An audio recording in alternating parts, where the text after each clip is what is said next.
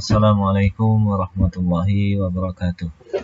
Alhamdulillah wassalatu wassalamu ala Rasulillah wa ala alihi wa ashabihi wa man walah, amma ba'd. Siswa sekalian, santri SMP Mutawasithah ya. Kelas 7 yang semoga dirahmati Allah Subhanahu wa taala. Alhamdulillahirabbil alamin, kita bersyukur kepada Allah Subhanahu wa taala di kesempatan hari ini kita bisa memulai pelajaran kita di pembahasan tajwid. Insyaallah taala dalam semester 1 ini kita akan mempelajari 11 bab ya. Di situ bisa dilihat yang pertama adalah kaitannya dengan ilmu tajwid, kemudian yang kedua lahan dalam membaca Quran, yang ketiga ya sighah atau bacaan, bentuk-bentuk bacaan isti'adzah dan basmalah, kemudian yang keempat tingkatan bacaan, yang kelima hukum nun sukun dan tanwin, keenam sampai ke 9 itu hukum nun sukun dan tanwin ya, yang berjumlah 4. Kemudian yang ke-10 itu adalah hukum mim sukun, nanti ada 3 pembahasannya. Kemudian yang ke-11 adalah hukum mim dan nun bertasdid ya. Perhatikan di pelajaran pertama secara singkat saja. Jadi dalam bab pertama ini ya, kalian harus bisa memahami makna tajwid, kemudian perkembangan dan hukum ilmu tajwid, bagaimana ilmu tajwid itu muncul, kemudian mengetahui pentingnya dan fadilah keutamaan ilmu tajwid, serta apa faedah mempelajari ilmu tajwid. Kenapa kita mempelajari ilmu tajwid? Karena kita sebagai seorang muslim itu wajib mempelajari dan memperhatikan Al-Quranul Karim sebagai hidayah ya, petunjuk kepada jalan yang lurus. Maka kita harus mempelajari tajwid supaya bisa memahami dan membaca Al-Quran sesuai dengan apa yang diturunkan oleh Allah Subhanahu wa taala kepada Nabi Muhammad sallallahu alaihi wasallam.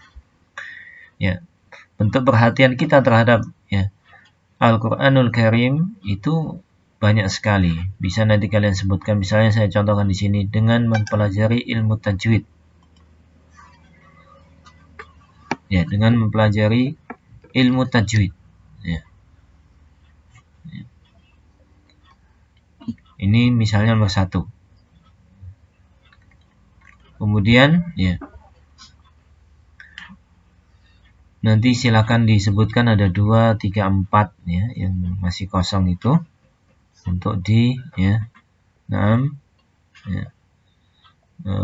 tulis ya di buku kalian. Baik, kita lanjutkan ya. Untuk pembahasan pertama adalah tentang pengertian tajwid. Definisi ilmu tajwid itu apa? Tajwid secara bahasa adalah at-tahsin, yakni membaguskan. Seperti ucapan, misalnya ada orang mengatakan aku mentajwid sesuatu, maksudnya aku membaguskannya. Adapun secara istilah, ini salah satu pengertian yang ringkas yang disebutkan dalam buku ini adalah memberikan setiap huruf haknya dari sisi makhraj dan sifat. Ya, dari sisi makhrajnya dan sifatnya. Ya. Dari pemahaman atau pengertian tajwid ini nanti kalian bisa menjelaskan dengan bahasa kalian sendiri. Ini dengan bahasa yang mungkin yang lebih ringkas atau lebih panjang, tetapi tidak keluar dari makna atau pengertian yang di dalam buku ini. Baik. Kemudian Nash'atu ilmi tajwid. Bagaimana ilmu tajwid itu muncul? Ya. Pada awalnya Rasulullah Shallallahu Alaihi Wasallam itu tidak ya, membuat ilmu tajwid sendiri, tidak. Ya. Demikian pula juga para sahabat radhiyallahu taala anhum juga tidak membuat ya, bidang ilmu tajwid. Tetapi Rasulullah sudah bisa membaca Al-Quranul Karim sesuai dengan tajwid sebagaimana yang diturunkan kepada beliau. Ya.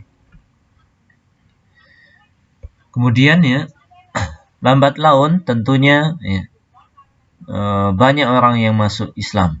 Ya. Ya. Terjadinya pembukaan negeri-negeri kafir yang ditaklukkan oleh kaum muslimin, sehingga orang-orang Ajam non-Arab itu bercampur baur dengan orang Arab, sehingga logat bahasa ataupun lisan orang Arab itu ada yang ya salah-salah ya. Kalau sekarang ada bahasa pasaran, amiyah istilahnya. Ya, maka para ulama bersungguh-sungguh supaya Al-Quranul Karim itu terjaga dari kesalahan. Mereka membuat kaidah-kaidah bagaimana cara membaca Al-Quranul Karim, sehingga orang-orang belakangan setelah mereka, yang datang setelah mereka itu betul-betul bisa membaca Al-Quran dengan sebaik-baiknya sebagaimana diturunkan kepada Nabi Muhammad Sallallahu Alaihi Wasallam. Ya. Jadi para ulama ahli qiraah dan bahasa itu pada abad kedua Hijriyah mulai ya menulis beberapa pembahasan atau kitab-kitab kecil yang membahas tentang ilmu tajwid. Jadi kenapa ilmu tajwid itu muncul? Karena ini ya. Karena apa? Kalau di zaman Nabi tanpa ada ilmu nadhari yang tertulis itu sudah paham semua.